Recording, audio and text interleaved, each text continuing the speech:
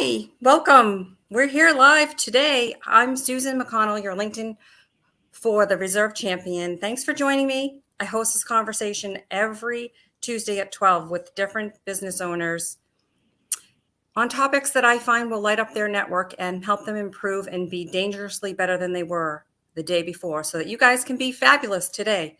Before I introduce my guest today, Deb Goeschel, which I will say her name, I'm going to just give a quick LinkedIn tip. Over the last month and a half, I've been putting together an intensive profile course where people can go on and go section by section and improve their LinkedIn profile, because you are 40 times more likely to be found if your profile is filled out completely.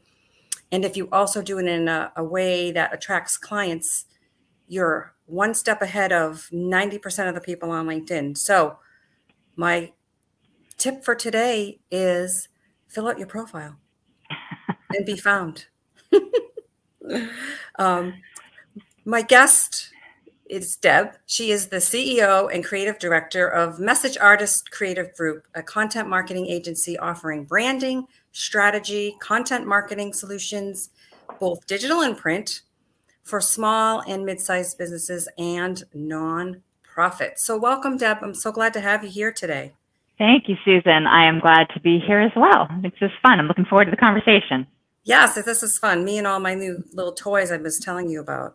So I have to change our conversation thing. See, I change here. So, hey, if you're here today and you're watching us, put a note in the comments, because I have to watch the comments and do this at the same time. So, Deb, I may look down and show a comment here and there and just kind of interrupt us. But, let's start. You said that lately you've been helping people improve their websites. What kind of has led you down this path recently?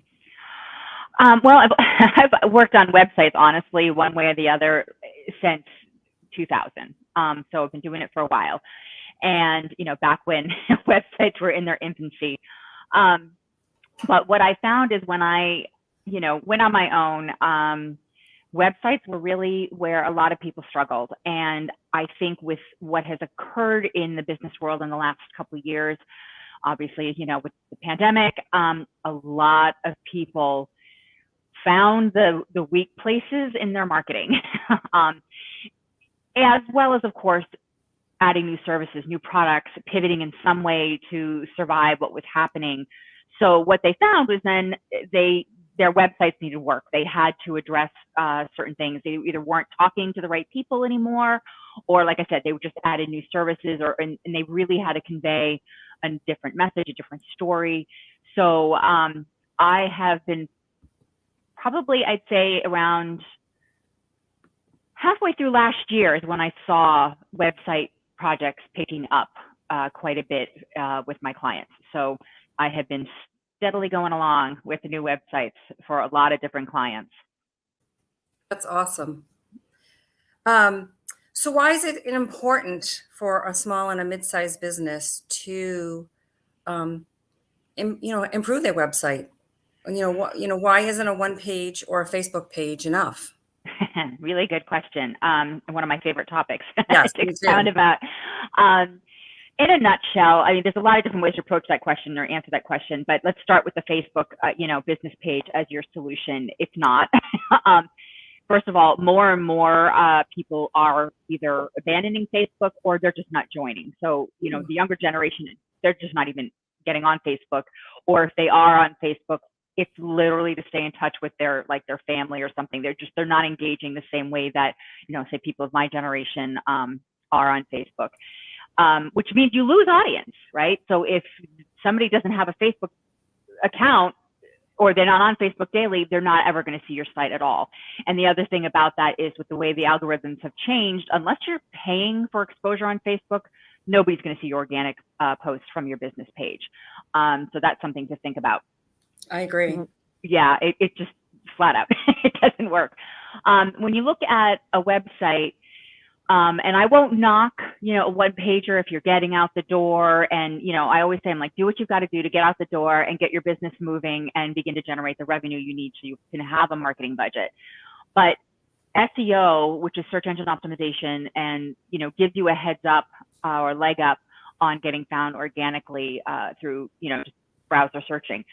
So if you have a site that's actually been properly architected and you do all the right things in terms of your copy content, then you are much more apt to be found organically. And even if you do a small investment on, like, say, a Google pay-per-click ad, campaign or something, you're just going to do so much better than if you only had, a Facebook page or no website at all. And we're talking just the technical stuff. We start talking about how people interact with your sites and your business.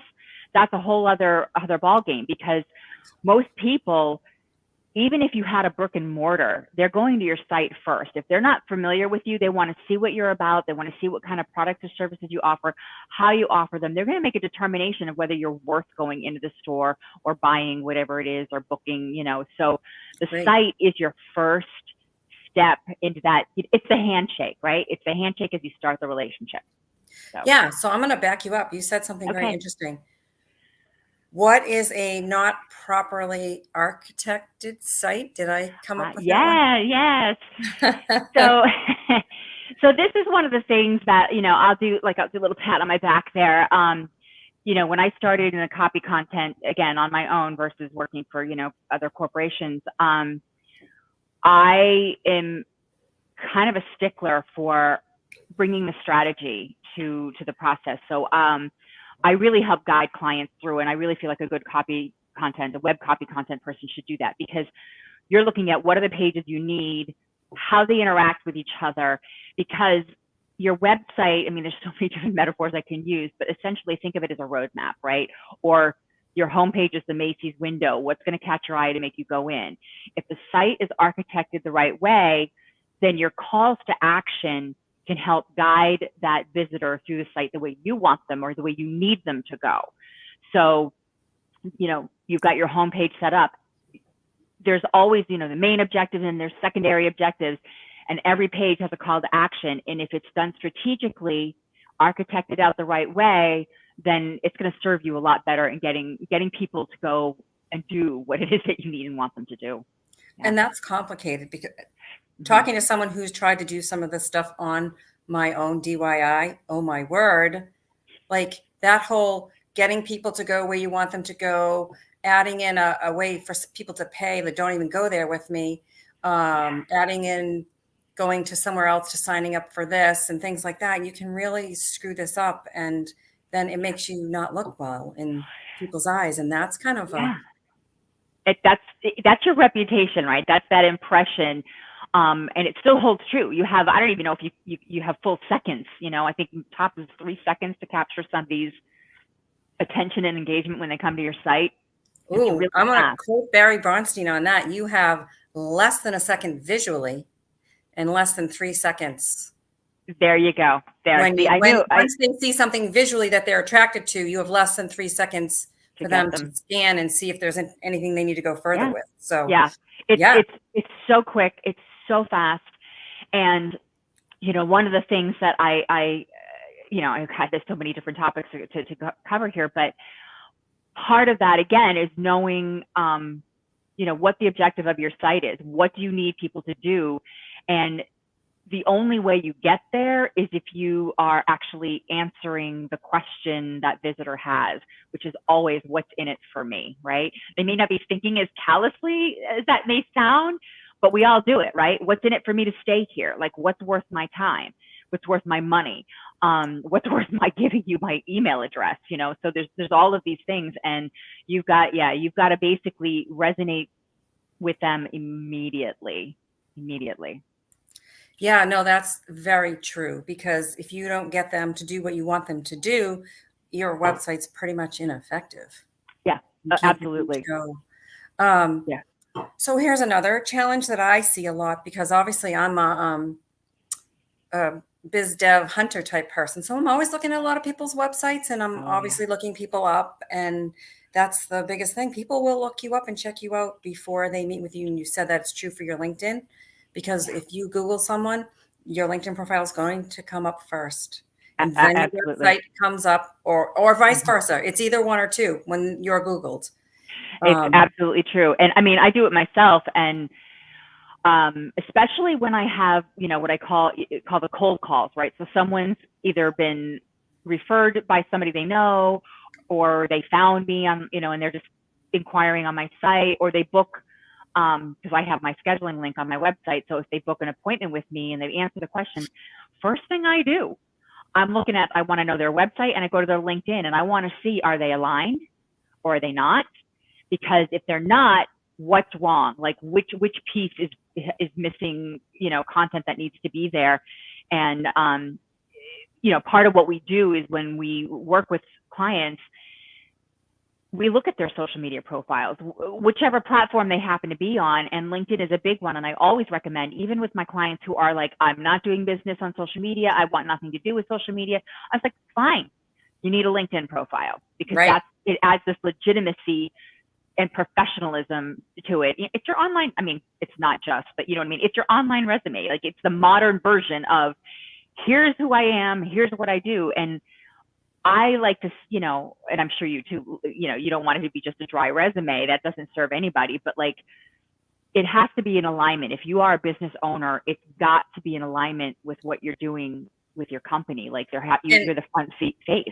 Oh, yes. Well, yeah, I can actually even take that further, because in my course, I teach people how to make it even more than that and make it something that solves problems. So it can also be the landing page that takes you to your website if you set it up correctly, and it's not all about you. So it's not necessarily what I call a resume anymore, but No.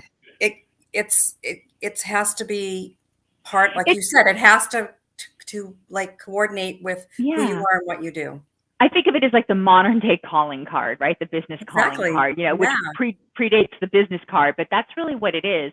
And what's awesome is it's dynamic. And the thing is, LinkedIn or any social media profile, I always, talk about the fact with my clients, it's like, you may be doing stuff, and I do. I have clients who come to me and they're active on various social profiles. They're doing campaigns, and their sites are either, they're just awful and out of date or not updated, or, they don't have one.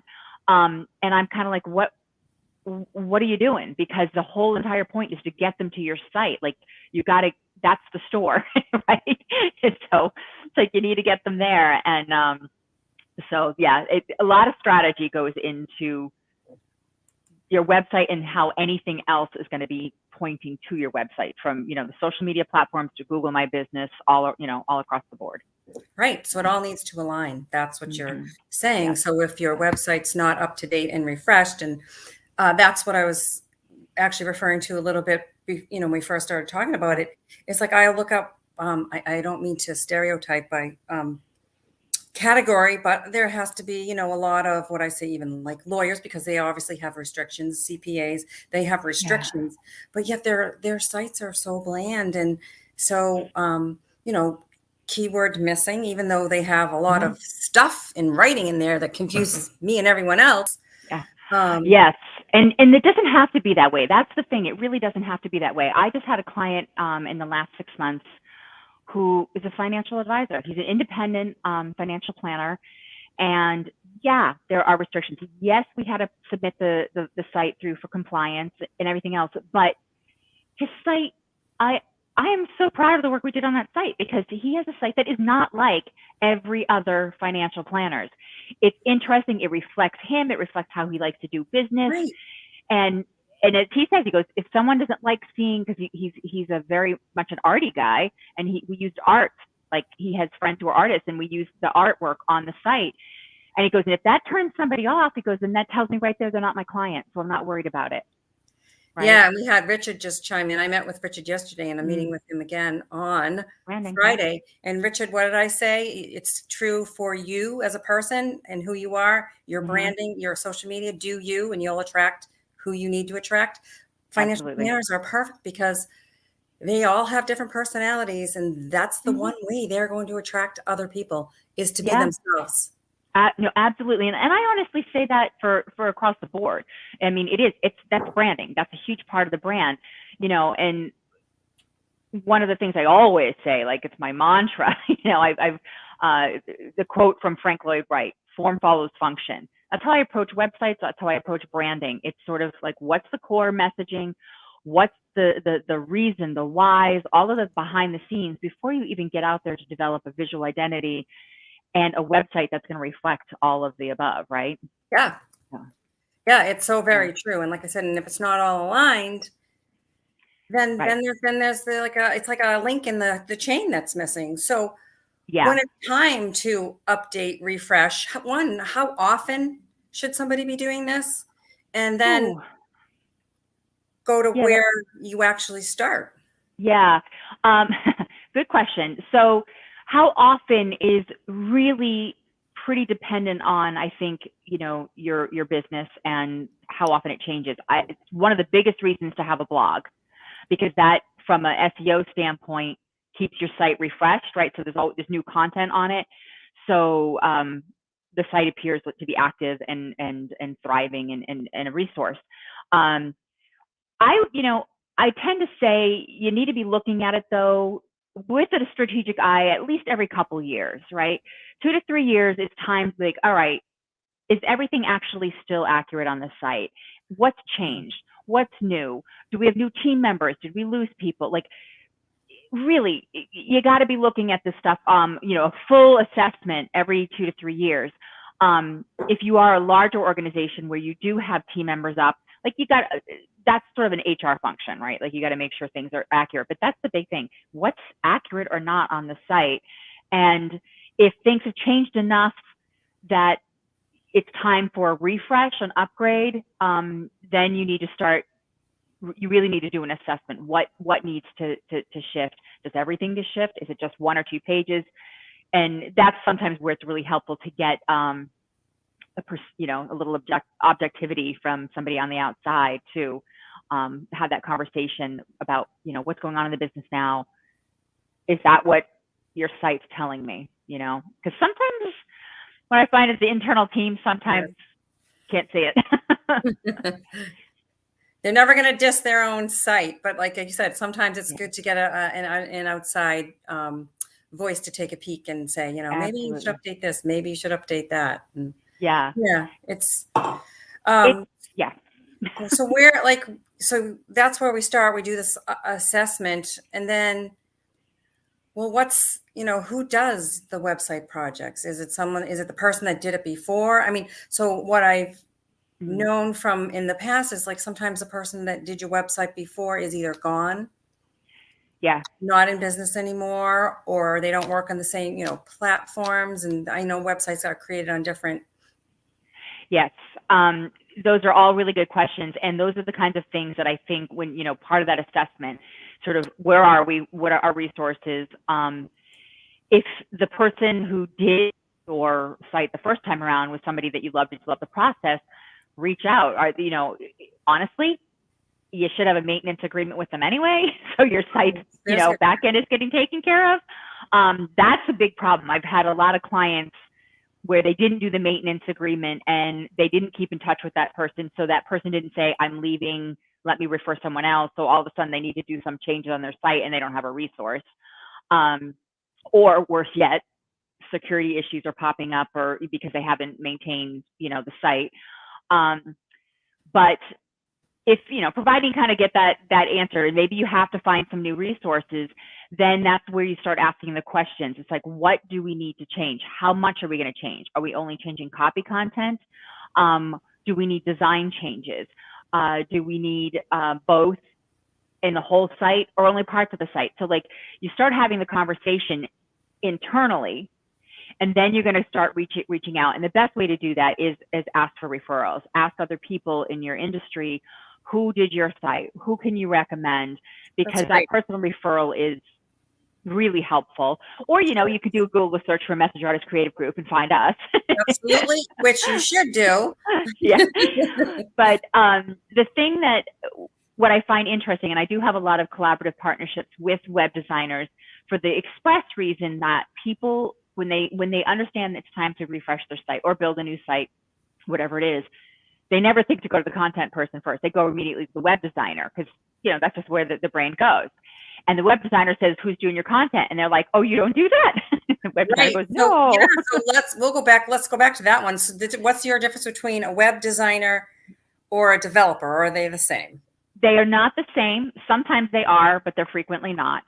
So a web designer is usually somebody who actually has some graphic design background. So they've been trained literally in graphic design. So graphic design, you know, whether it's print material or digital, but they understand how to make copy content and elements and make it look good and help with that, what we were talking about, that roadmap through the site. They know, they kind of understand how that works. Gotcha. Some web designers also have enough developing skills that they can build the site as well, right? Oh. Web developers, straight out that title, tend to be the little more techy half of the equation. So they're the ones who you want if you have any kind of extra something, and that includes a shopping cart, right? They're going to make sure that everything's set up correctly, things are secure, things aren't going to go boom and fall down in the middle of the night. You know, they know how to do the more technical aspects. Some web developers do have some design skills. They kind of learn it, but I know a lot of web developers who will say, no, I'm not good at design. They can throw up a site, but it looks nice enough, but it's generic, right? It's just a very basic template. So if I am working with a web developer, then I often bring in one of my designers to, you know, sort of mock up the site and then hand it over, and the developer builds it. So we have the designer, we have a developer, but neither one of them will actually help you with the copywriting or your content. So there's possibly 4 people that could be involved in this. There is. Right? Yes, there is. And it does get tricky sometimes. And one of the reasons is I grew, I wanted to make sure I had those resources so that if someone came to me and they needed a soup to nuts, you know, site, I have resources that we can make that happen. But the ideal, and which is a lot of times the web designers, when they refer to me, it's great because that's like the first thing out of their mouth. Like, you've got to work with a content person first, because again, if you've got the right content person, they're helping architect the site. They're helping come up with that site map. How many pages do you need, et cetera, so that when they hand the copy content over to the designer or the developer, it's real easy for them to just do it and just create it. Yeah. Yeah. And then you want to add in, obviously, SEO to that whole conversation. SEO is the cherry on the top of the web design cake, right? And yes. And the other thing to think about too is, you know, like I'll say flat out, we don't offer expert SEO services. That's a whole other field, right? We do SEO friendly copy so that when a site is up and published, that SEO person can really do their job and make the site, you know, appear and in search. Whereas a content copywriter who doesn't have any understanding of how SEO works, they might really end up with a lot of changes being need to be made. You know, when the SEO guy or gal takes a look at it, and it's like, oh, you're missing A, B, and C, and it's little things that mean a lot, like, you know, what the page title is, what the page description is, which is what shows up in your search browser, you know, windows, your subheads, the alt tags on your photos, how keywords are sprinkled throughout the site, and it has to be done smartly. You know, it's got to appeal to both the human visitor and appease the SEO bots that are crawling all through the web. So it's not easy, and it's complicated, and there can be quite a few people involved in this process. And I know that, you know, some people don't expect, you know, some people put I would say even a budget on their website, but when you do that, I think you're almost hurting yourself in the end, because you're not going to get what you wanted out of it, which is people to come to you. You know, it can be inbound traffic if it's done well. And so obviously I think we did a little bit of the flow of the project and what we went through all the different people. Yeah. So how do you know when it's time to stop using, you know, the discount people? And I'm guilty of this, believe me. Yeah, we all are. We all are. Because, you know, especially if you're in the newer end of your business, we're wearing all the hats, right? We got all the hats on our heads. Yeah. And so, you know, your budget is tight when you get started. Yeah. I mean, it's like, so like I said, you do what you got to do. But my whole thing is start having conversations. If you know that in the next 2 years, you want to up level your website and you want to do it right, Start having a conversation now. Get some numbers, because you can't plan for it. You can't put it in your budget if you don't even know what it's going to cost. You may go, oh, it's going to cost me $3,000. Nope, nope, no. It's going to cost you a lot more than that. And so I'm always a big fan of, like, talk to the people who are doing the sites, get some numbers. I've talked to people and they come back 3 years later and they hire me, you know? Right. Because they And didn't get the results from when they did it inexpensively the first time. right. And like I said, you know, when you're starting out, you got to do what you got to do. But, you know, the reality is, and I think my latest blog actually talks to this one. It's like, DIY sites look like DIY sites. You can tell, or you can tell if they're done by an okay web content person. Like, they're really, you do get what you pay for. And, you know, when you pay for the professional services, somebody who's got a lot of experience and knows how to do it right, it's going to be more expensive. But the idea, of course, is that the return on your investment makes it worth it, right? Right. When it does its job. My whole thing is, websites should work really hard for your business. They look like they're just sitting up there, but in reality, they should be working really hard for you every single day. Yeah, and you shouldn't take it lightly. Like I said, if you have what you said, that whole complicated path with a lot of pages and you're having people do different things, then you are shooting yourself in the foot when you hire inexpensive. Like you said, you can get by with basic stuff in the beginning, but once you go down that road, I mean, if we think about this, we're all trying to have, inbound come in. Oh, of course. And if we're not working hard to figure out how to do that, of which I'm way more of an outbound person and I can go that, but I know enough to be dangerous. Right. Inbound, right. Right. But I mean, it is important, because it does. Time is our most precious commodity as business owners. And it really helps if people are finding you. And, you know, again, it's that return on investment. It makes a difference in your business. And I had a thought and somehow it squiggled away. It happens. It's Tuesday. Time changed yesterday. I swear, I know, right? But I think, you know, with the websites, I like to think if you're hiring the right people, it's an investment. You know, it's not just an expense. Marketing can be an investment in your business. And there's nothing wrong. In fact, I would recommend it, especially if you don't have a absolutely glowing referral to somebody. Interview several people, get proposals from several people, because if you're talking to them, you're going to understand if they're not asking you some really pointed questions about your business, about why you want to make these changes, what you're trying to achieve. That's telling too, right?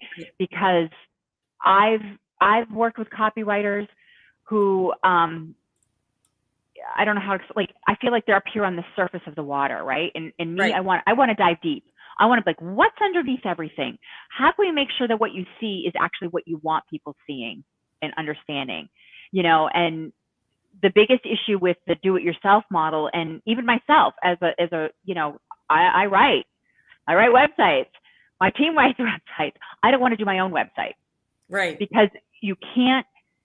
There's no objectivity, and you may think that you're telling your customers and your ideal audience what you need them to hear or what they need to know, and in reality, you're missing the mark. And it's just simply you're too close to it.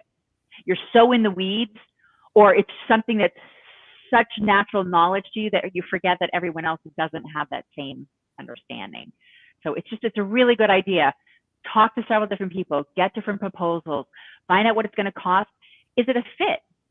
You may have somebody who's a stellar writer and like great reputation, but if it's not a fit personality-wise and process-wise, it's just not a fit. You got to find somebody else.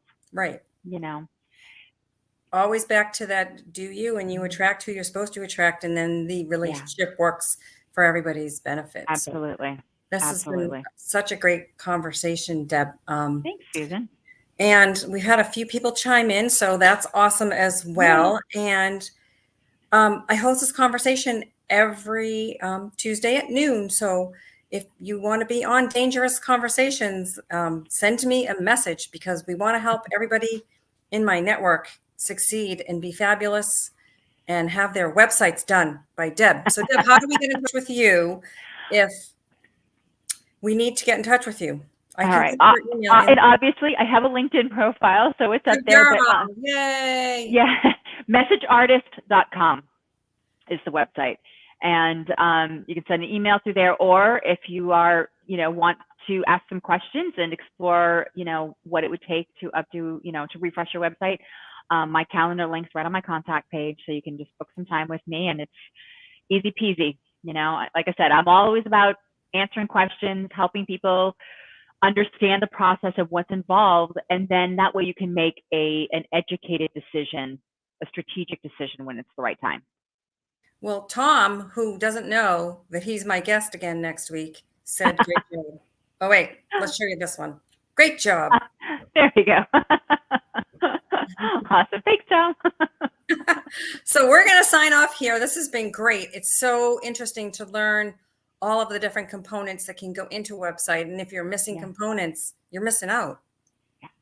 Yeah. So we'll sign off for everybody. You have a great week. And what I always say, be fabulous today. We'll have more coffee. Time change. Oh, yeah, right here. All right. Bye, everybody. Thank you. Bye.